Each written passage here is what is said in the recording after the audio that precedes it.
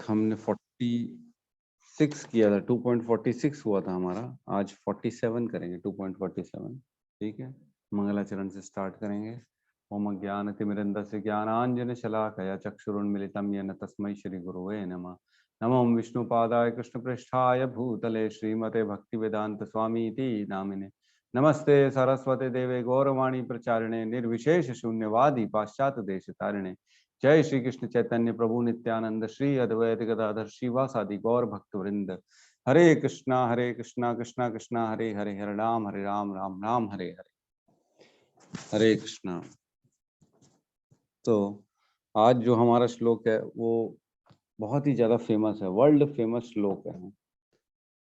हमने हर किसी ने वो श्लोक सुना हुआ है ड्यू टू महाभारत, जो है B.R. चोपड़ा की महाभारत आती थी जिसमें इस श्लोक का वर्णन होता था। तो ये श्लोक है, कर्मण्येवाधिकारस्ते माँ फलेषु कदाचन माँ कर्म फल हेतुर्भुर माते संगोऽस्तु कर्मणि। तो इसका अर्थ है, अनुवाद, तुम्हें अपना कर्म करने का अधिकार है किंतु कर्म के फलों के तुम अधिकारी नहीं हो। तुम ना तो कभी अपने आप को अपने कर्मों के फलों का कारण मानो, ना ही कर्म ना करने में कभी आसक्त रहो। तो बहुत इंपॉर्टेंट श्लोक है, ये प्रैक्टिकल श्लोक है और आज की डेट में इस श्लोक की बहुत जरूरत है। हर इंस्टीट्यूशन में, हर परिवार में, हर जगह ये श्लोक अगर किसी को समझ में आ जाए ना तो उसका जीवन सुखमय हो जाएगा, बहुत सुखी हो जाएगा वो। ये मतलब आपको अज्ञानता से दूर करने वाला श्लोक है। जो अज्ञानता के अंधकार में हम अपने आप में परेशान हो रहे हैं, पीड़ा पा रहे हैं अपने कर्मों से, अपने परिवार से, अपने लोगों से, जनों से, रिजल्ट से, जो भी नहीं मिल रहा हमारे को उसके लिए परेशान हो रहे हैं, तो ये पढ़ना चाहिए। बहुत इंपॉर्टेंट श्लोक है, मतलब वेरी वेरी वेरी इंपॉर्टेंट श्लोक ऑफ भगवत गीता। तो इसमें हम प्रवेश करते हैं। एक्चुअल में अब यहाँ पे अर्जुन को समझा रहे हैं कि तुम जो है ना ऐसा नहीं करो कि तुम जो है ना, तुमको सिर्फ कर्म करने का अधिकार है, उसके फल क्या मिलेंगे इसका तुम्हारे को कोई अधिकार नहीं। तो रिजल्ट्स जो होते हैं ना, आजकल हर आदमी रिजल्ट ओरिएंटेड हो गया है। बोले मेरे को तो प्रभु जी ये करूंगा तो वो मिल जाएगा, वो करूंगा तो ये मिल जाएगा, ऐसा ऐसा ऐसा ऐसा प्लानिंग है प्रभु जी, बस बस अब तो लाइफ सेट है, अगले साल 2-5 साल में देखो मेरे पास ये आ जाएगा वो आ जाएगा। तो आदमी की एक्सपेक्टेशन उसको डुबो देती। एक्सपेक्टेशन, आशाएं, आकांक्षाएं, ये जो है ना बड़ी खतरनाक होती है। कम उम्र में जो हार्ट अटैक आ रहा है, डिप्रेशन आ रहा है, सुसाइड्स हो रहे हैं, क्यों हो रहे हैं? इसीलिए हो रहे हैं क्योंकि उनके हिसाब से उनको रिजल्ट मिल ही नहीं रहा। और हमारे स्कूल्स, कॉलेज, यूनिवर्सिटीज में ये सब सिखाया ही नहीं जाता है।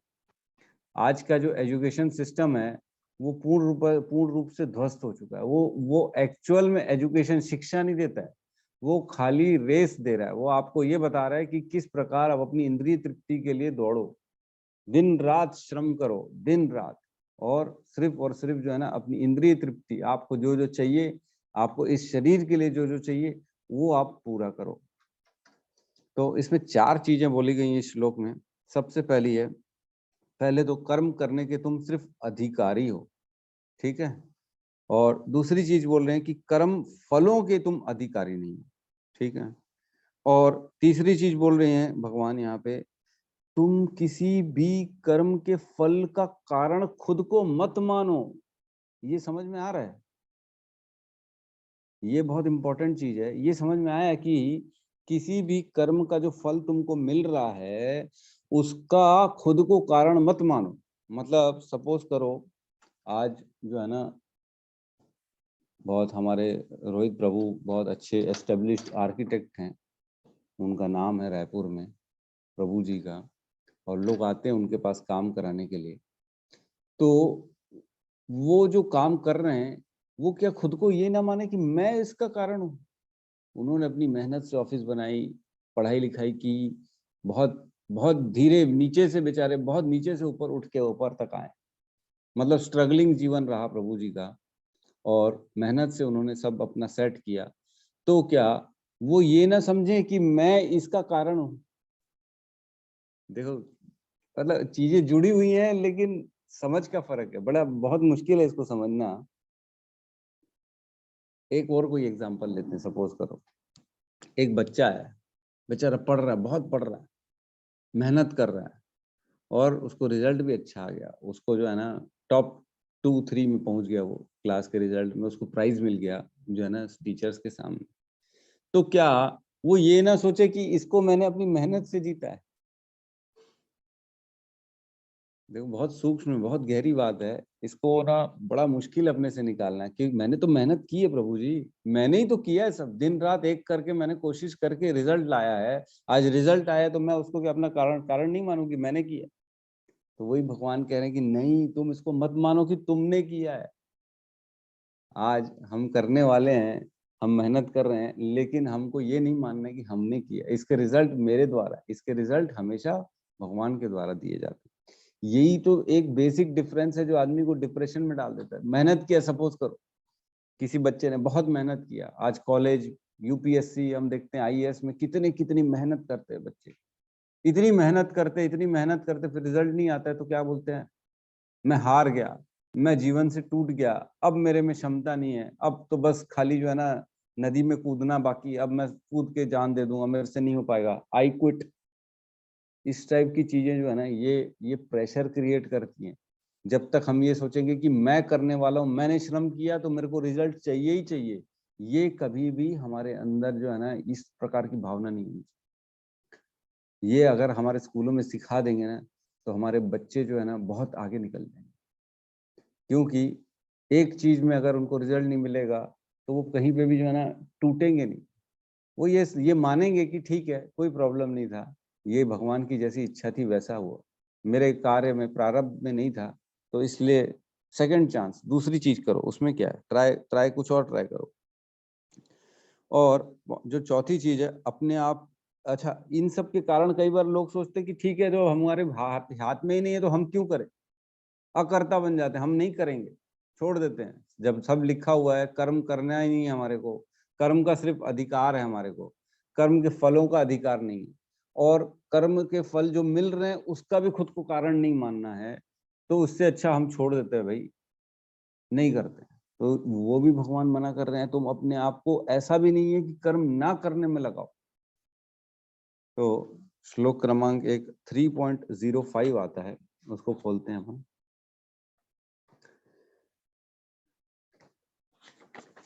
3.05 पेज नंबर 126।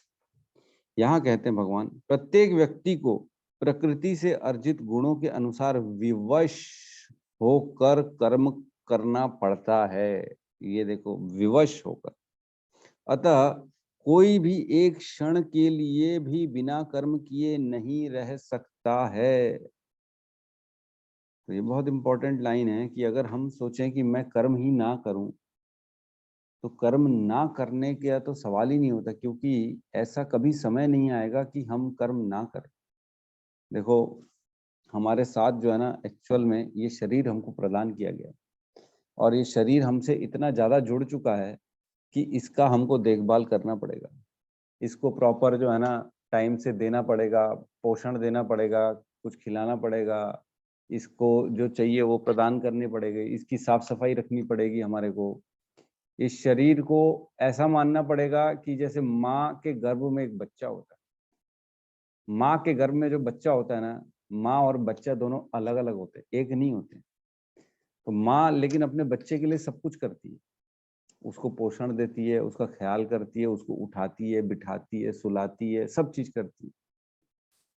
उसी प्रकार हमको भी इस शरीर के लिए करना चाहिए, लेकिन ये नहीं सोचना चाहिए कि मैं ये शरीर हूँ, लेकिन ख्याल तो पूरा करना पड़ेगा, क्योंकि भगवान ने मेरे को इसकी जिम्मेदारी दे दी।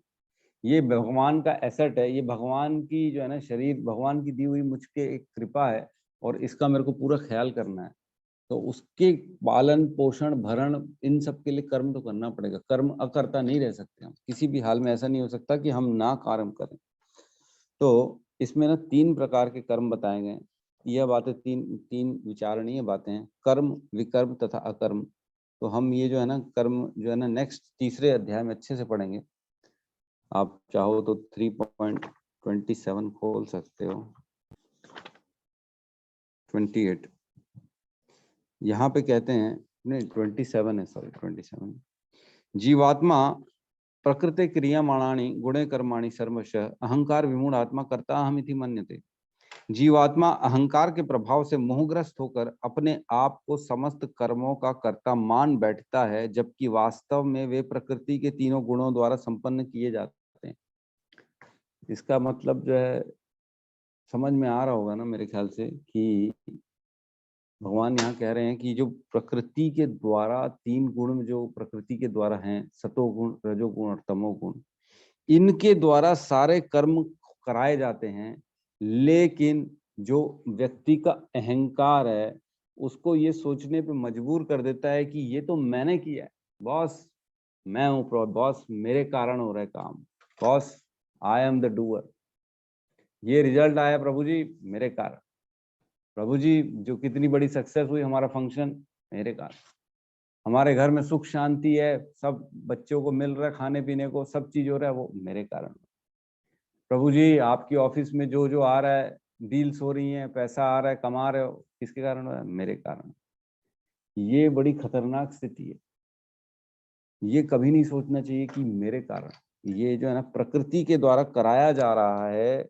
एक्चुअल में भगवान जो है ना उपदृष्टा अनुमंता च भर्ता भोक्ता महेश्वर, 13वें अध्याय में कहते हैं भगवान कि मैं ही हूँ जो अनुमति प्रदान करने वाला हूँ। तो होता कैसे, थोड़ा सा गहराई में अगर आप समझेंगे ना, तो 13.23 खोलेंगे श्लोक नंबर,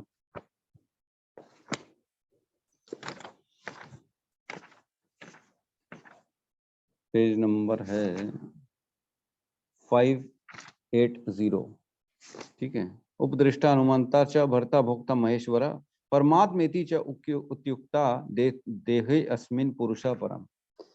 तो भी इस शरीर में एक अन्य देव भोक्ता है जो ईश्वर है, परम स्वामी है और साक्षी तथा अनुमति देने वाला है, देने वाले के रूप में विद्यमान है और जो परमात्मा कहलाता है। तो एक इसमें परमात्मा की बात की गई है जो शरीर में रहता है, जो कि एक आत्मा से भिन्न है, बहुत इंपॉर्टेंट है, एक बार फिर पढ़ रहा हूं मैं, समझिए इसको। तो भी इस शरीर में एक अन्य दिव्य भोक्ता है।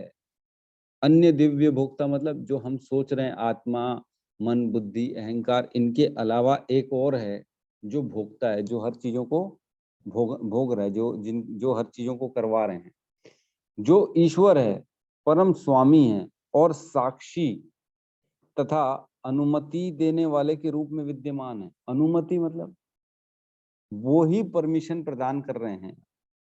आपके जो है ना पुण्य को देखा जाता है, जो भी हम कार्य करते हैं, इच्छा करते हैं किसी भी चीज की, जो भी जिसमें भी हमने श्रम डाला, मैंने मेहनत की, हमारी इच्छा हुई कि मेरे को ये मिल जाए, मेरे को वो मिल जाए, तो वो सारी इच्छाएं परमात्मा हमारे अंदर हृदय में बैठे हैं, वो पूरी ना एनालिसिस करते हैं। जैसे ब्लड टेस्ट का एनालिसिस होता है ना डॉक्टर के द्वारा, कि सारी निकालो, कौन सा इन्फेक्शन है, कौन सा वायरस है, ये तो नहीं है, वो तो नहीं है, वो सारी एनालिसिस करके बताते हैं नहीं नहीं प्रभु जी के अंदर ये पाया गया।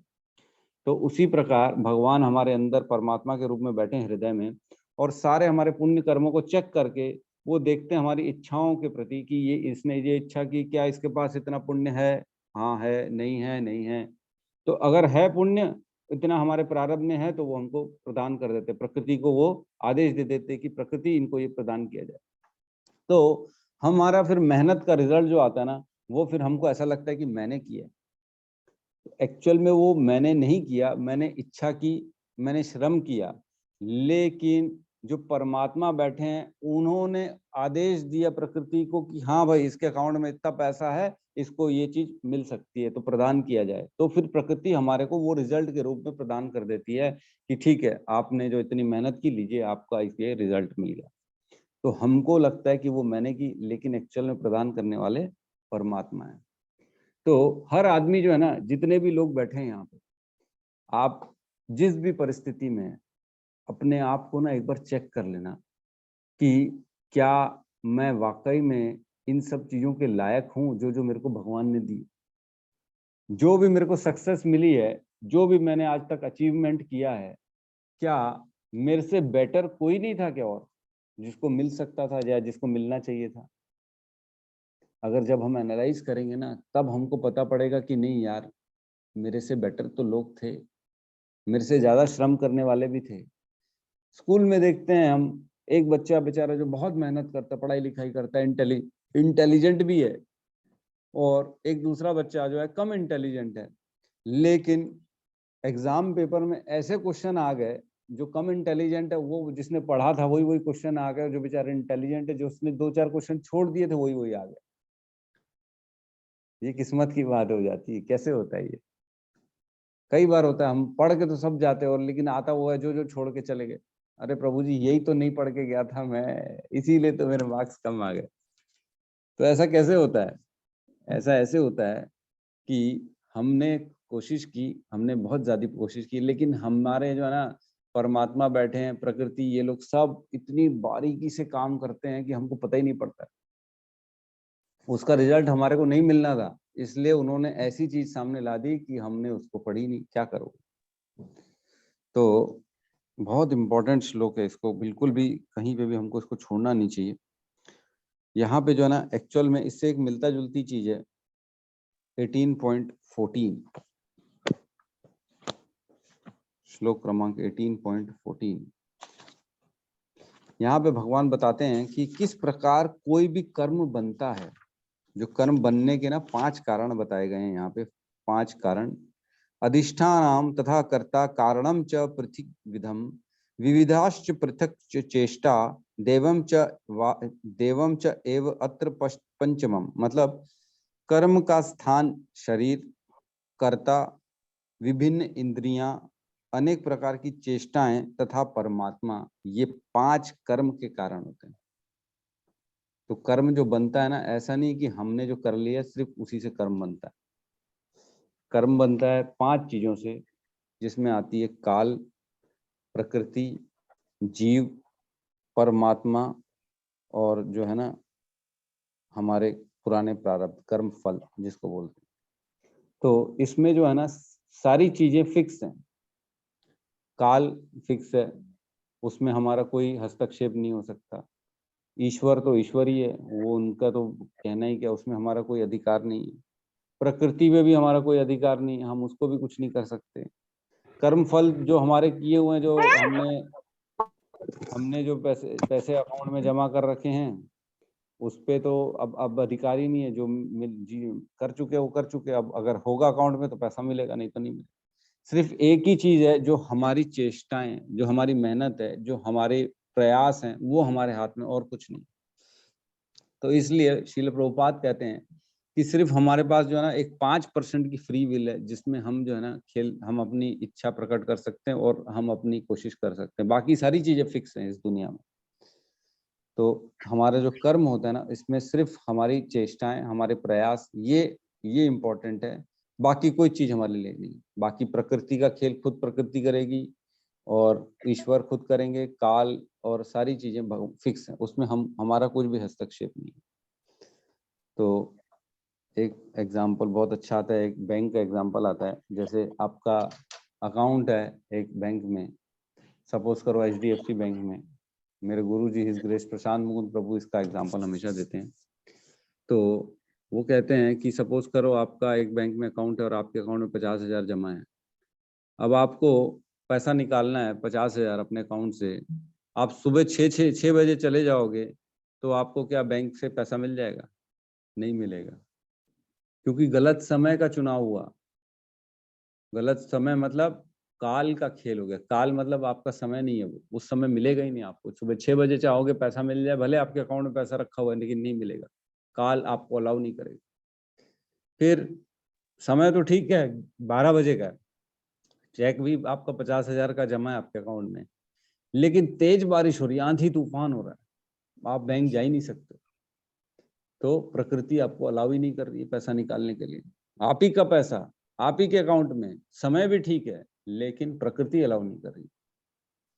ठीक है, कोई बात नहीं, प्रकृति भी आपने अलाउ कर दी। सपोज करो 12 बजे, कोई प्रॉब्लम नहीं, मौसम भी बहुत बढ़िया है, बैंक भी HDFC में आपका पैसा जमा है, और आप गए चेक लेके, लेकिन वहां का मैनेजर आपका चेक में साइन दे के डिसअलाउ कर दिया। नहीं, बोले मैच नहीं कर रहा प्रभु जी, आप जाओ। या बोल दिया अभी कैश नहीं, आप बाद में आना, तो ये ईश्वर का खेल हो गया। ईश्वर नहीं चाहते आपको अभी वो मिले, आपको मना हो गया। लेकिन सपोज करो आपके पास सब ठीक है, चेक भी सही है, आपका साइन भी सही है, लेकिन आपने भरा 50,000 है, लेकिन आपके अकाउंट में 40,000 है, तो 50,000 मिलेगा? नहीं मिलेगा, क्योंकि आपके अकाउंट में उतना जमा ही नहीं है। आपके पुराने प्रारब्ध नहीं है कि आपको वो सुख मिले, आपको वो चीज मिले। आप अपने जो है ना, जो भी डिमांड कर रहे हो वो गलत डिमांड कर रहे हो, आपको मिलेगी नहीं, क्योंकि आपके प्रारब्ध में नहीं है। तो इस प्रकार जो है ना, बहुत इंपॉर्टेंट है कर्म की गति समझना, गहना कर्मणो गति। तो फल की अभिलाषा ना करते हुए और अपने आप को कारण भी ना मानते हुए कर्म करना चाहिए। तो अदरवाइज इसमें जो है ना, एक्चुअल में कुछ कर्म ऐसे हैं जो कर्म को बंधन को क्रिएट करते हैं, और कुछ कर्म जो है वो कर्म के बंधन को क्रिएट नहीं करते हैं। तो जो कर्म बंधन क्रिएट करते हैं वो है कर्म स्वधर्म, जो भी कर्म करते हैं हम, सकाम कर्म जिसको बोलते हैं, हमारे रिजल्ट्स के लिए हमने जो काम किए वो कर्म बंधन क्रिएट करते हैं, जिसको पुण्य कहा जाता है। और विकर्म वो होता है जो शास्त्रों के अगेंस्ट हो, जो नहीं करने लायक काम है, गाली दे रहे हैं लोगों को, मार रहे हैं, किसी का हक छीन रहे हैं, ये सारे काम जो है ना विकर्म कहलाते हैं, जो शास्त्रों के अगेंस्ट है, जिससे पाप लगता है। और एक होता है अकर्म। अकर्म मतलब कर्म तो आप कर रहे हैं, लेकिन उसके सारे के सारे फल भगवान को अर्पित कर रहे हैं। हम अपने आप को अकर्ता मान रहे हैं कि मैं नहीं कर रहा हूँ, ये तो प्रभु जी आपने सेवा दी तो मैं मेरे से हो रहा है सब कुछ। वो अकर्म होता है, वो होते है भक्ति एक्चुअल में। तो इस 3 प्रकार के कर्मों का वर्णन है, अकर्म, विकर्म और जो है ना कर्म। तो हम आगे पढ़ेंगे कर्म योग में अच्छे से, तीसरे नंबर अध्याय में, कि तीसरे और चौथे नंबर में, कि अकर्म विकर्म और कर्म क्या होता है। तो चौथे नंबर अध्याय में कहते हैं कर्मणा ही अपि बुद्धव्यम, बुद्धव्यम च विकर्मणा, अकर्मणश्च बुद्धव्यम गहना कर्मणो गति। मतलब हमको कर्म समझना चाहिए, बुद्धि से समझना चाहिए क्या है, विकर्म समझना चाहिए, और जो है ना अकर्म समझना चाहिए, क्योंकि कर्म की गति बहुत गहरी है। आपको पता ही नहीं पड़ेगा। जिस प्रकार एक हवा जो है ना एक छोटे से जहाज को समंदर में कौन से कोने में फेंक देती है, पता ही नहीं पड़ता उसको, वैसे ही हमको कर्म हमारे कहाँ पे फेंक देंगे ना, हमको पता ही नहीं पड़ेगा। समझ में ही नहीं आएगा कि हम कहाँ हैं, हमारी गति क्या है, हमको क्या करना चाहिए था, क्या नहीं करना चाहिए। तो यहाँ पे 3 तरह के जो है ना क्लासिफिकेशन ऑफ कर्मास बताए गए हैं। 3 तरह के कर्म हम जीवन भर में करते आए हैं, जो नित्य कर्म है, आपातकालीन कर्म है और इच्छित कर्म है। उप श्रेणियां हैं जिनको कहा गया हिंदी में। तो नित्य कर्म जो है ना, ये 2 प्रकार के होते हैं, एक नित्य कर्म और एक नए नित्य कर्म, ठीक है। और आपातकालीन कर्म तो इमरजेंसी काम हो गए जो उसको कह लेंगे, और इच्छित कर्म को काम्य कर्म भी कहा जाता है। तो देखा जाए तो 3 हुए, लेकिन अगर इसमें नित्य और नए नित्य को अलग अलग कर देंगे तो 4 हो जाएंगे। तो नित्य कर्म वो हो गया जो डेली हम काम करते हैं, नहाना, ब्रश करना और खाना पीना और अपना ऑफिस जाना, कर्म करना, बच्चों को पढ़ाना, जो भी हम करते हैं, जो भी माताओं जी को किचन में काम करना, ये सारे नित्य कर्म हो गए। और नए नित्य कर्म वो हो गए जो कभी कभी करते हैं लेकिन करते जरूर हैं। साल में एक बार श्राद्ध का कार्य हो गया, दिवाली की सफाई हो गई, और जो है ना रक्षाबंधन के लिए रक्षा बांध मतलब वो बांध लिए, मतलब नए नित्य कर्म, कभी कभी करने वाले कर्म, लेकिन नित्य हैं, वो करना पड़ेगा ऑकेजनली, लेकिन करना पड़ेगा। आपातकालीन कर्म ये हो गया कि अरे बाप रे, आज किसी का ना पड़ोस में निधन हो गया, या हमारे ही घर में किसी की जो है ना ऐसे आकस्मिक मृत्यु हो गई, तो अब हम जो है ना उस समय जो काम करते हैं वो हो गया आपातकालीन कर्म। सपोज करो जा रहे थे ऑफिस, ऑफिस में जो है ना हमारे साथ में जो पढ़ते थे, हमारे साथ में जो काम करते थे, उनको उनकी मृत्यु हो गई। तो अब जो एकदम इमरजेंसी में जो हमने काम कर लिया उसको बोलेंगे आपातकालीन। बहुत सी चीजें इसमें अलाउ हो जाती हैं, जैसे हमें जैसे शुद्धि जरूरी है, दिन में 2 बार स्नान जरूरी है, या जो भी जरूरी चीजें हैं वो आपातकालीन स्थिति में हमारे को एग्जाम्प्ट हो जाती है कि चलो ठीक है कोई बात नहीं, आपातकालीन थी, आपने इसने नहीं नहाया, आपने विग्रह सेवा नहीं की, आपने भगवान को अर्पण नहीं किया, भोग खा लिए ऐसी मजबूरी में, क्योंकि आपातकालीन स्थिति थी, तो वहां पे अलाउड हो जाता है। और एक इच्छित कर्म होता है जो हम अपनी इच्छा के लिए, इंद्रिय तृप्ति के लिए कर्म करते हैं, उसको इच्छित कर्म बोलते हैं। ये पूर्ण रूप से बंधन का कारक है।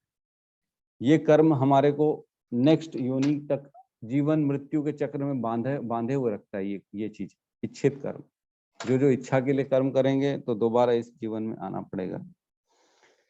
तो कई बार लोग बोलते हैं कि प्रभु जी ठीक है, मैंने अपने लिए तो कुछ नहीं किया, लेकिन ना उसका तो, वो तो बहुत गंदा आदमी है प्रभु जी, उसका तो अच्छा नहीं होना चाहिए, उसका तो बुरा होना चाहिए। लोग ईर्ष्या जैसे करते हैं। सपोज करो किसी के लिए हम बोलते हैं नहीं नहीं ठीक है मेरे को तो कुछ नहीं चाहिए, लेकिन ये बदमाश है इसको नहीं मिलना चाहिए, बाकी कोई दिक्कत नहीं। तो ये जो कर्म हुआ, ये कैसा कर्म हुआ, कौन बताएगा?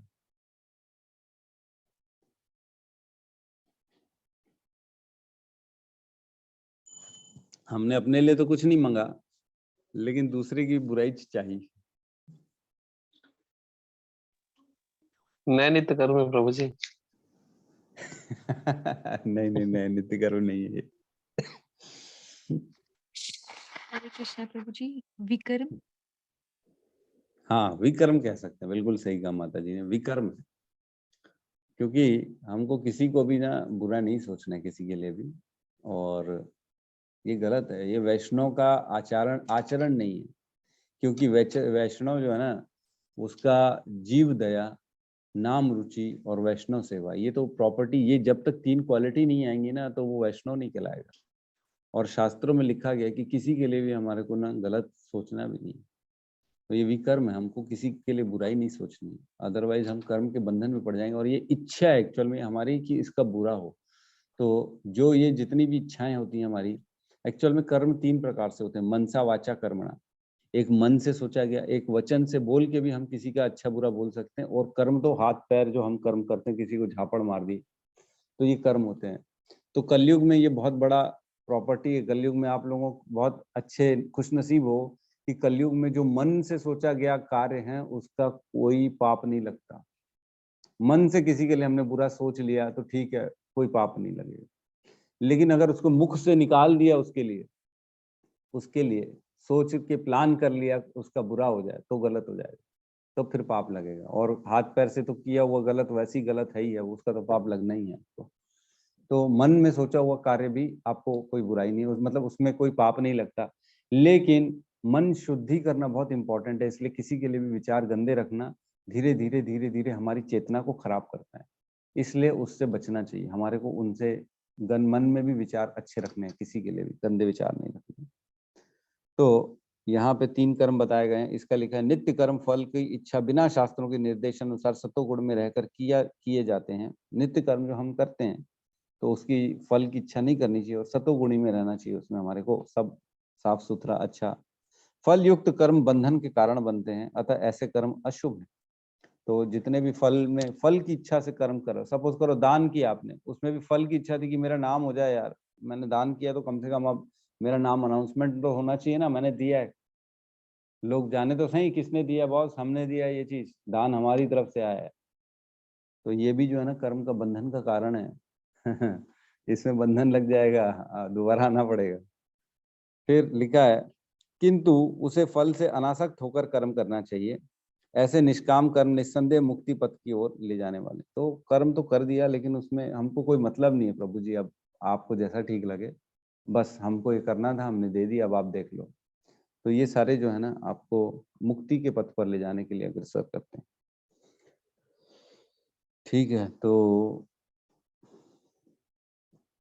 बहुत इंपॉर्टेंट श्लोक की कैटेगरी में रखेंगे यहाँ पे इसको।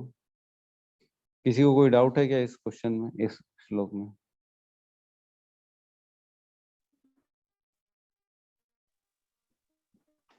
हरे कृष्ण प्रभु जी।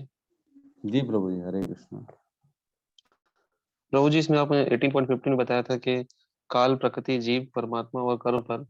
तो इसमें जैसे 18.14 15 में प्रभु जी, 15 ही था ना 15 नहीं, प्रभु जी? 14 18.14। 15 था। जिसमें पांच पांच चीजें होती है ना कर्म करने की, जी अधिष्ठान। प्रभु जी। बताइए। इसमें जैसे आपने बताया था प्रभु जी कि एक चीज हम चेंज कर सकते हैं। जैसे फॉर हम्म एग्जांपल हम लोग, मतलब हमेशा होता है कि अच्छा ये लिखा होगा तो होगा, इसमें मेहनत करने की क्या जरूरत। लेकिन हम मेहनत करते हैं तो वो चीजें चेंज हो जाती हैं क्या प्रभु जी? इसमें आपने बताया था एक में शायद कर्म फल में, या कि नहीं प्रकृति नहीं, में। क्या क्वेश्चन किया आपने? मैं फिर से पूछिए, मैं समझा नहीं।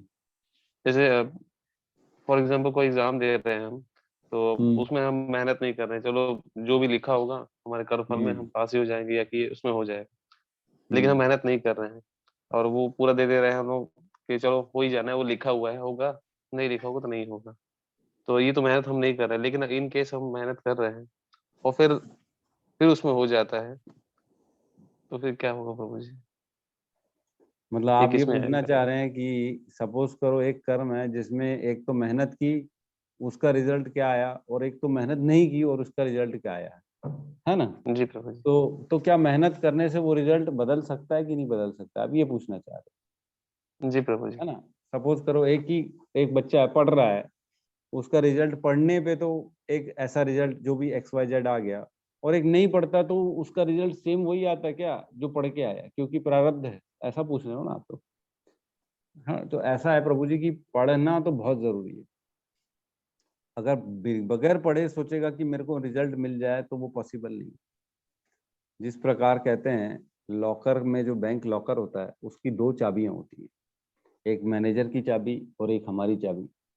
वो लॉकर तभी खुलता है कि जब दोनों की चाबी लगे और खुलता है। हम अपनी चाबी लगाते रहेंगे और मैनेजर की चाबी लगेगी नहीं, तो आपका रिजल्ट, आपको जो है ना वो लॉकर नहीं खुलेगा, उसमें जो सामान पड़ा है आपको नहीं मिलेगा। और मैनेजर की चाबी भी लगी हुई है, वो मैनेजर इंतजार कर रहा है, लेकिन आप अपनी चाबी लगा ही नहीं रहे हो, तो भी आपको लॉकर नहीं खुलेगा। तो ऐसा है कि कर्म तो करना पड़ेगा। कर्म बगैर किए जो अगर हम रिजल्ट की इच्छा करें तो बिल्कुल पॉसिबल ही नहीं। वो एक्चुअल में देखो क्या है, आप समझिए।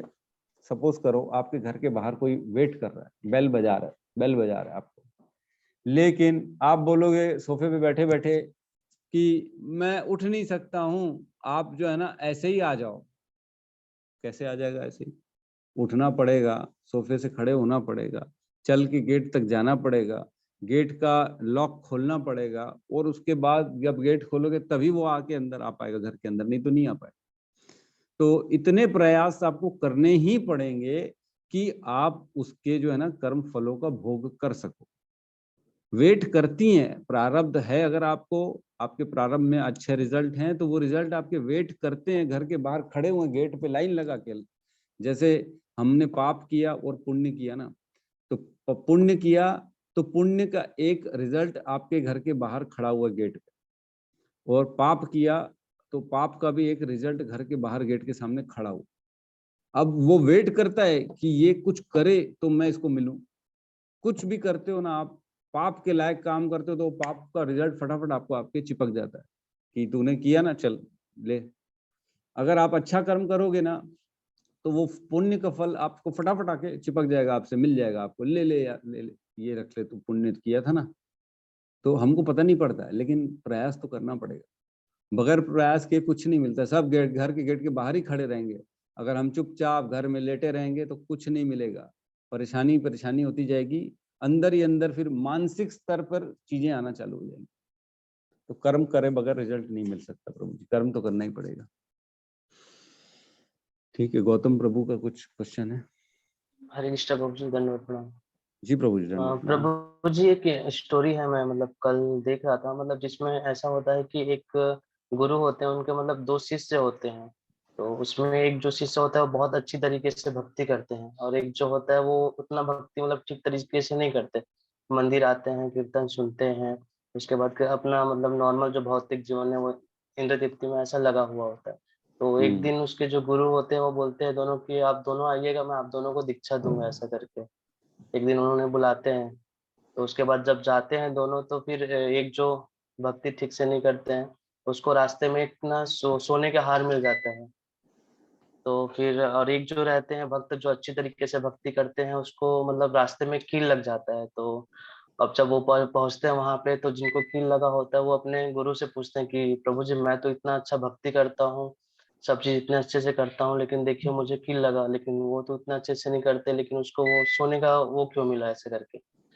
तो वो उनके जो गुरु होते हैं वो बताते हैं कि ये जो जिनको सोने का हार मिला था, वो उनको तो बल्कि उनको राजा बनने वाला था, बट उनके मतलब प्रारब्ध या भक्ति ठीक से नहीं किए होंगे, तो शायद उनको उतना छोटे सा सोने का वो मिला, जिससे कम मिला, लेकिन आपका जो है पैर कटने वाला था एक्सीडेंट में, लेकिन आपको कील लग, मतलब आप जितना भक्ति करते हो प्रॉब्लम है छोटी करते हैं भगवान। सही कह रहे हैं प्रभु जी। बहुत बहुत बहुत धन्यवाद प्रभु जी का ये कथा के लिए। ये बहुत इम्पोर्टेंट है कि प्रारब्ध में जो होता है वो तो मिलता है, लेकिन हमारे कर्म प्रयासों से उसमें थोड़ी बहुत 19-20 फेरबदल हो जाती है।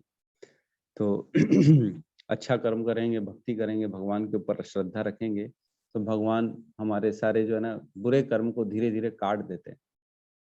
तो अप्रारब्ध फलम पापम कूटम बीजम फले मुखम, तो ये सारे के सारे जो है ना कट जाते धीरे धीरे धीरे धीरे धीरे भगवान की भक्ति करने से। ठीक है, बहुत बहुत धन्यवाद प्रभु जी का, जो बहुत अच्छी कथा याद दिलाई। सोनिका माता जी का कुछ क्वेश्चन है। जी सोनिका माता जी। हरे कृष्णा प्रभु जी। प्रभु जी जी मुझे ये पूछना था कि जो चीज़ हमारे प्रारब्ध में नहीं होती, लेकिन हम वो चाहते हैं, जैसे सपोज़ कि हम किसी को भक्ति में लाना चाहते हैं। अब उसका प्रारब्ध नहीं है या हमारा प्रारब्ध नहीं है कि उसको भक्ति में ला पाएँ। तो फिर क्या हमारी कोशिश बेकार जाती है, अगर हम उसके लिए कुछ चेष्टा करते हैं तो? नहीं नहीं नहीं नहीं, कोई भी कर्म बेकार नहीं जाता, ये तो समझना पड़ेगा ना। कोई भी कर्म बेकार नहीं जाता। ये है कि हमको लगता है कि बेकार जा रहा है, लेकिन जाता नहीं बेकार। जिस प्रकार एक पत्थर या एक दीवार को तोड़ने में 50 बार हथौड़े से मारा जाता है, तब जाके वो टूटता है। तो क्या इसका ये मतलब है कि पहले वाला जो हथौड़ा मारा जिसमें कुछ भी फर्क नहीं पड़ा वो बेकार हो गया? टोटल 50 हथौड़े मारे तब जाके दीवार टूटी, पत्थर टूटा, तो शुरू के जो हथौड़े मारे थे क्या वो बेकार थे क्या? सिर्फ आखिरी वाला एक हथौड़ा था जिससे टूटा, वही काम का था क्या? ऐसा नहीं है। हर हथौड़ा काम किया उसके ऊपर। आपके हर प्रयास कहीं ना कहीं कुछ ना कुछ काम कर रहे हैं, लेकिन हमको नहीं दिख रहा है। क्यों? क्योंकि हमारी जो है ना ये चमड़े की आंखें हैं, हमारी जो बुद्धि है ना वो अल्प बुद्धि है, हमको समझ में नहीं आता। ऐसा प्रभु नहीं जी है आपने। लेकिन जी। जैसे प्रारब्ध की बात करूँ, अगर हमारे प्रारब्ध में वो है या नहीं है, अगर सपोज़ करो वो नहीं है, तो फिर हम करते रहेंगे तो उसका क्या फल मिलेगा हमें? सपोज करो आपने इच्छा की कि मेरे को जो है ना 1 करोड़ रुपए का जो है ना मेरा बंगला हो जाए। ठीक है, आपने इच्छा की, प्रयास भी कर रहे हो आप कि मेरा 1 करोड़ रुपए का बंगला बन जाए। अगर आपके प्रारब्ध में नहीं है तो आपको वो नहीं मिलेगा। आपके प्रयास करते रहोगे लेकिन नहीं मिलेगा। लेकिन अगर प्रारब्ध में है, सपोज करो प्रारब्ध में 50 लाख का ही बंगला है, लेकिन आप मेहनत किए जा रहे हो 1 करोड़ के लिए, तो नहीं, 1 करोड़ का तो नहीं मिलेगा, 50 लाख का जरूर मिल जाएगा आपको, क्योंकि आपने प्रयास किए। लेकिन आपके जो बाकी के प्रयास हैं वो कहीं ना कहीं, ऐसा नहीं है कि आपको जो है ना 1 करोड़ का तो नहीं मिलेगा क्योंकि फल नहीं है, लेकिन उसमें अगर आपने कुछ पुण्य किए, कुछ पाप किए, डिपेंड करता है आपने प्रयास कैसे किए। अगर पुण्य किए तो पुण्य आपके डिपॉजिट होते चले जाएंगे आपके अकाउंट में। अगर उसको पाने के लिए आप पाप कर रहे हो तो पाप भी आपके अकाउंट में डिपॉजिट होते चले जाएंगे, और धीरे धीरे उसका फल आपको मिलना चालू हो जाएगा। पुण्य का पुण्य सुख के रूप में, पाप का परेशानी के रूप में, ये मिलना चालू हो जाएंगे। बाद में मिलेंगे जब भी उसका मैच्योर हो जाएंगे, जब वो पुण्य और पाप जब वो अंकुरित हो जाएंगे, जब उसमें पेड़ में फल आ जाएंगे, तभी आप उसको खा पाओगे। तो कुछ कर्म ऐसे होते हैं जिसका रिजल्ट इमीडिएटली मिल जाता है।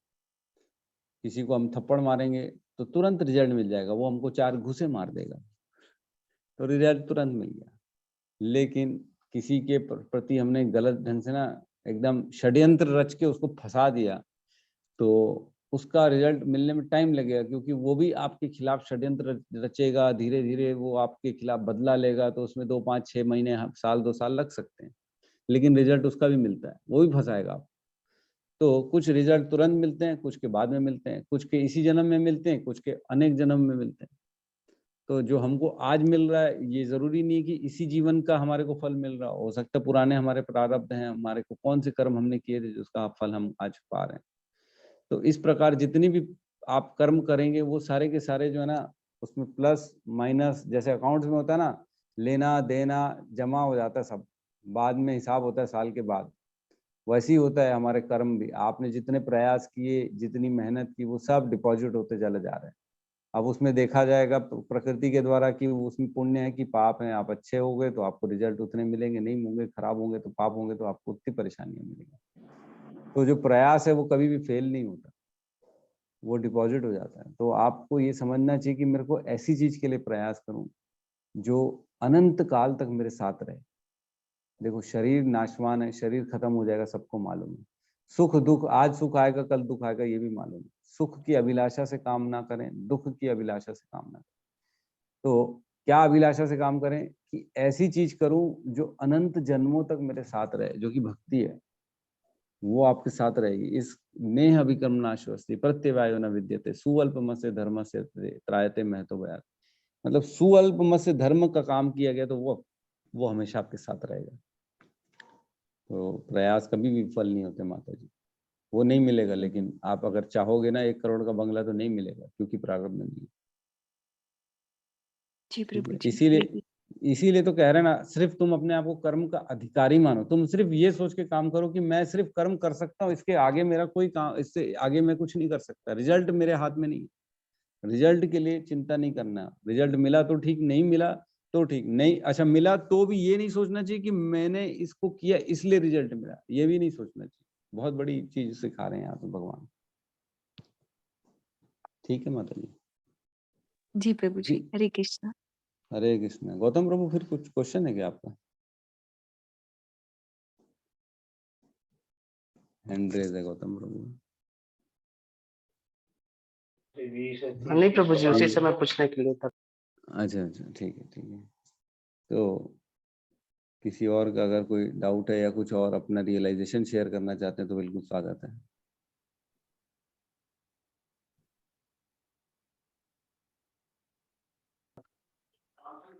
प्रभु जी हरे एक कृष्ण प्रभु। मैं बताऊं। हाँ बोलिए प्रभु जी। प्रभु जी जब बुक डिस्ट्रीब्यूशन जब मतलब चल रहा था गीता मैराथन, तो प्रभु जी बताते थे कि जैसे बुक को डिस्ट्रीब्यूट करने जाते थे ना, तो कई बार ऐसा होता था कि पहले से और भी ऑलरेडी पहले प्रभु जी लोग जाके मतलब विजिट कर चुके रहते थे जगह जगह पर।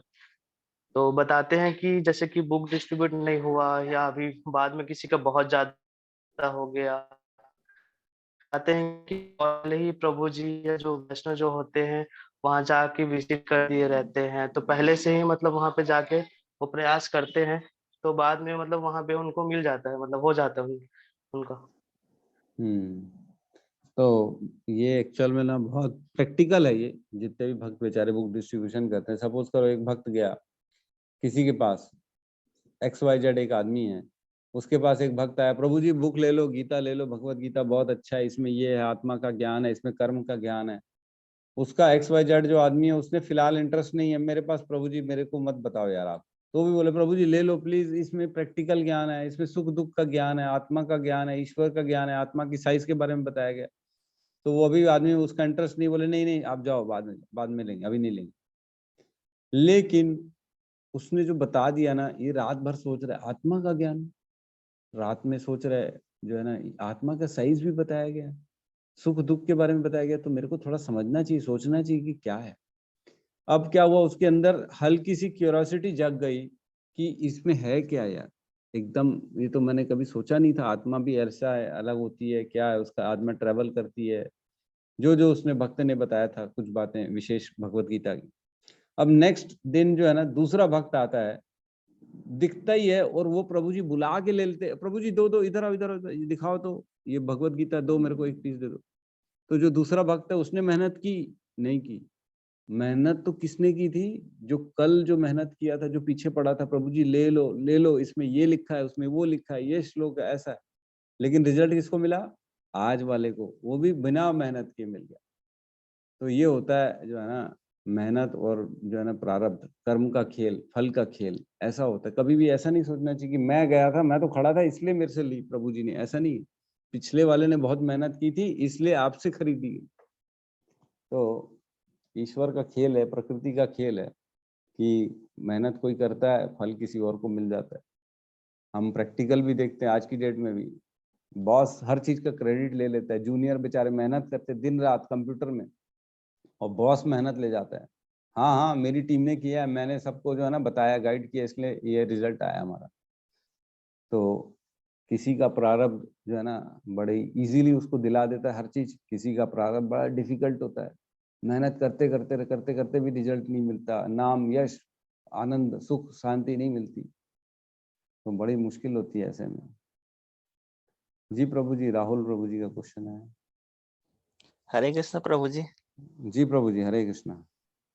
प्रभु जी जैसे मैं प्रभुपाद जी का कल वो देख रहा था, बायोग्राफी देख रहा था, हाँ तो हाँ वही मतलब कि उनका जो इच्छा शक्ति था, और श्री कृष्ण जी मतलब पहले से ही जानते थे कि ये जो व्यक्ति है ये प्रचार कर सकता है पूरे दुनिया में।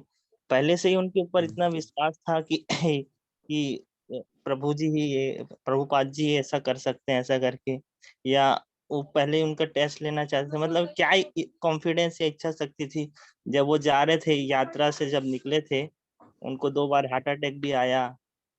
फिर जी वो बताया गया कि फिर उनको फिर सपने में फिर श्री कृष्ण जी आए और बोले कि तुमको ये सब करना है ऐसा करके। तो मतलब विश्वास था उनको कि अपने आप पे, प्रभुपाद जी को या कृष्ण जी को उन पे विश्वास था, ऐसा कैसे, वही जानना चाह रहा था। देखो, ये जो आपने क्वेश्चन पूछा ना, इसमें बहुत लंबा डिस्कशन है, इतनी जल्दी एक लाइन में इसका आंसर नहीं है। कि जो है हमारे संस्थापक आचार्य शील प्रभुपाद, उनमें ऐसी क्या बात थी और ऐसा क्या था जो इन्होंने अकेले जाके पूरे वर्ल्ड में प्रचार कर लिया। तो ये एक आम इंसान की बात नहीं है, ये कहीं ना कहीं द चूजन वन, जैसे अर्जुन को चूज किया भगवान ने गीता का ज्ञान देने के लिए, वैसे ही शील प्रभुपाद को चूज किया भगवान ने कि ये प्रचार करेंगे। लेकिन चूज कैसे किया? उनकी डेडिकेशन, उनका गुरु के प्रति अनंत मतलब आंख मूंद के विश्वास, अपने गुरु के ऊपर उनको विश्वास था, जो गुरु बोले वो सही। तो कुछ चीजें देखते हैं भगवान, जब आपके अंदर वो पाई जाती है तो फिर आपको वो चीजों के लिए, उसको फिर आपको उभारा जाता है और आपको बाहर निकाला, निखारा जाता है। जैसे कुछ जो है ना डायमंड होते हैं, जौहरी देखता है ये डायमंड का शेप बहुत बढ़िया है, इसको तो ऐसी अंगूठी में बनाना चाहिए, तो उसको फिर वैसी जोरदार वाली अंगूठी में, सबसे महंगी वाली अंगूठी में उसको डाला जाता है डायमंड। तो उसी प्रकार कुछ चीजें हमारे अंदर अगर हम डालेंगे, लाएंगे, तो हमारे को भी फिर उनका क्रेडिट मिलेगा, फिर हमारे को भी ऐसी स्थिति में ला दिया जाएगा जिसका हमने कभी आशा भी नहीं की। तो ये बहुत गहरा अपना डिस्कशन है प्रभुपाद जी का, इतनी जल्दी अपन इस पे जो है ना कुछ बोल नहीं सकते हैं। वो तो हमारे मतलब शक्ति आवेश अवतार भगवान के कहते हैं। और सोचो, ऐसे आदमी ने जिसने सिर्फ 3 बार अपने गुरु से मिला जीवन में, सिर्फ 3 बार, उन्होंने सारे ग्रंथ लिख डाले, पूरे श्रीमद् भागवतम के 18,000 श्लोकों का तात्पर्य लिख डाला। वो समय कोई व्हाट्सएप और ये यूट्यूब का समय नहीं था कि खोल लिए और इसका मीनिंग निकाल लिए, उसका मीनिंग निकाल लिए, ऐसा नहीं था। कहाँ से ज्ञान आया पूरा? ये पूरा उनको भगवान, उनके गुरु और उनकी जो है ना दृढ़ निश्चय, उनकी आस्था, इसके कारण आया। तो ऐसा नहीं कि उनको आया, सबको आ सकता है, लेकिन आपको अंदर वो क्वालिटी जनरेट करनी पड़ेगी। तो अपन इसमें और डिस्कशन करेंगे, इतनी जल्दी इस पे नहीं कुछ बोलेंगे। ठीक है प्रभु जी। जी जी, धन्यवाद प्रभु जी, हरे कृष्ण। धन्यवाद। एक ये व्हाट्सएप में एम कृष्णा जी का एक आया, हरे कृष्णा प्रभु जी, अगर किसी इंसान के प्रारब्ध में कोई चीज है और वो उस चीज के लिए कर्म नहीं करेगा तो उसको उसका फल मिलेगा बिना कर्म के करे? नहीं, नहीं मिलेगा, बिल्कुल नहीं मिलेगा। कर्म तो करना पड़ेगा। जैसे अतुल प्रभु ने बोला, वैसे ये घर के बाहर खड़े हुए हैं हमारे, उठना पड़ेगा, चेष्टा करनी पड़ेगी, दरवाजे तक जाना पड़ेगा, कुंडी खोलनी पड़ेगी, तब वो प्रवेश कर पाएंगे अंदर। उसी प्रकार जब तक आप उठेंगे नहीं, मेहनत नहीं करेंगे पाने के लिए, तब तक आपको वो रिजल्ट नहीं मिलेगा। भले आपके प्रारंभ में क्यों ना हो, लेकिन आपको नहीं मिलेगा। तो धीरे धीरे एक्चुअल में प्रकृति ना हमसे करवा लेती है। तो कर्म करते रहना चाहिए, कर्म ना करना, यही लिखा है ना भगवान ने यहाँ पे कि अपने आप को ना ही कर्म ना करने में कभी आसक्त हो, ना करने में आसक्त हो जाओगे तो रिजल्ट भी नहीं मिलेगा। ठीक है प्रभु जी। वैसे अनेक कथाएं मिल जाएंगी हमारे को, हम गहराई में जाएंगे तो बहुत सी चीजें मिलेंगी ऐसी जिसमें कर्म किया तब रिजल्ट मिला, जबकि रिजल्ट उसके पास था ऑलरेडी, उसके प्रारंभ में था, लेकिन वेट कर रहा था। जब तक कर्म नहीं करोगे तब तक वो मिलेगा ही नहीं। तो कर्म तो करना पड़ेगा। वेट किया। देखो शबरी जो है ना, शबरी जिन्होंने, श्री राम ने, भगवान गए उनको खास दर्शन देने के लिए गए, क्योंकि वो वेट कर रही थी और वेट भी कर रही थी, और उनका अपने गुरु के ऊपर आस्था भी थी, जो उनको बताया था कि तुम यहाँ पे इंतजार करो और भगवान आएंगे तुम्हारे पास। तो अगर वेट नहीं करती, अरे 2-4 साल हो गया, बस करो अब तो नहीं आएंगे, तो छोड़ के चली जाती तो भगवान नहीं आते। लेकिन वो वेट कर रही थी और पूरा अपना कर्म कर रही थी जो उसके गुरुजी ने बोला, तब जाके जो उसके प्रारंभ में था उसको मिल गया। तो हमको करना पड़ेगा और पेशेंस रखनी पड़ेगी। रिजल्ट के प्रति आसक्त नहीं होना है कि ठीक है कि नहीं मिल रहा रिजल्ट तो छोड़ दो, नहीं, ठीक है आप कोशिश करो, मेहनत करो, एक लिमिट तक जो है ना, युक्त आहार विहार से युक्त चेष्टा से कर्मसु युक्त स्वप्न अबोध से योगो भवति दुःखः। गीता में कहते हैं कि युक्त होना चाहिए, युक्त चेष्टा करनी चाहिए। ऐसा नहीं है कि कम किए और ऐसा नहीं कि बहुत ही ज्यादा कर दिए, चेष्टा लगाए जा रहे एक ही काम के पीछे पड़े जा रहे, ऐसा नहीं करना चाहिए। युक्त होना चाहिए, बैलेंस्ड होना चाहिए। आप करिए, अपनी पूर्ण श्रद्धा से करिए, और जितना करना चाहिए उतना करिए। रिजल्ट आया तो ठीक, रिजल्ट नहीं आया तो आपको ये समझना चाहिए कि मेरे प्रारब्ध में नहीं है, बस। ऐसा नहीं कि लगे पड़े हों उसी के पीछे पड़े हुए। ठीक है, तो आज का बहुत इंपॉर्टेंट श्लोक है, आप लोग पढ़िएगा जरूर इसके बारे में। और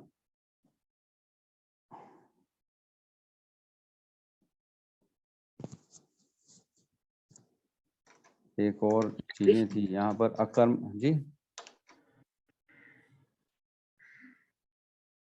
कोई कुछ कह रहा है?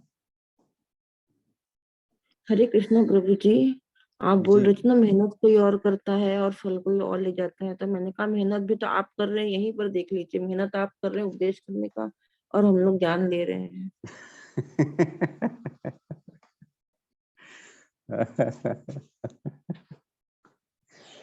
माता जी भी अच्छा मजाक करती है।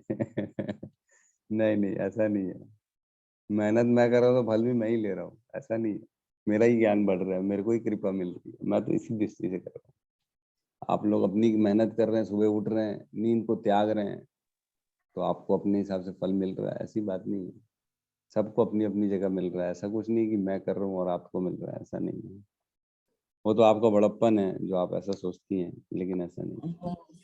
सबका ही रहता है। आप लोगों ने बहुत मेहनत की, अपना नींद त्याग किया, आपने सब चीज छोड़ बांट के बैठे हुए हैं, एक टक सामने मोबाइल के सुन रहे हैं, तो ये मेहनत ही तो है माता जी, और क्या है।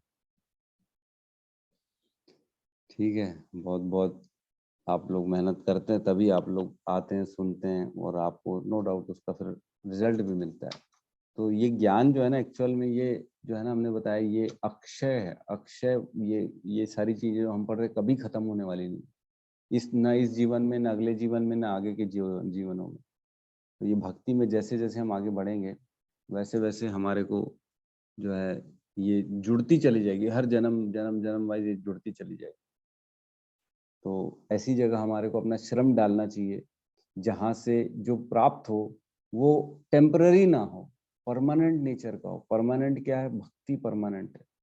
धर्म का कार्य किया गया जो भी एज पर जो है ना इस्कॉन, एज पर जो आचार्य, एज पर गुरु जो धर्म है उसको करना चाहिए। ये सब जो है ना छोटे छोटे जो आज की डेट में भौतिक जिसको बोलते दान दे दिए, गरीब को कंबल बांट दिए, ये सब बंधन के कारण है, इनसे बंधन होते हैं ये सारी चीजें। आपको ठीक है पुण्य तो मिल जाएगा, लेकिन दोबारा आपको आना पड़ेगा इस दोबारा जीवन दोबारा मनुष्य रूप में आना पड़ेगा इसको भोगने के लिए। तो हमको ऐसे कार्य करना चाहिए कि जिसमें बंधन ना हो, बंधन से मुक्त हो, तब जाके हम इस जन्म मृत्यु के चक्र से बाहर हो पाएंगे। ठीक है, तो आज के सेशन को क्लोज करते हैं अपन सब। और बहुत बहुत धन्यवाद सभी भक्तों का जो मेहनत करते हैं, उठते हैं, सुबह सुबह आते हैं। ठीक है, सब मिलके एक बार हरे कृष्ण महामंत्र का जाप कर लेते हैं। हरे कृष्णा हरे कृष्णा कृष्णा हरे हरे हरे राम हरे राम राम राम हरे हरे। हरे हरे। सभी भक्त वृंद की की जय। जय जगत गुरु श्री प्रभुपाद की जय। निताय निताय गौर गौर प्रेमानंदे हरि हरि बोल। हरे हरे। हरे कृष्णा।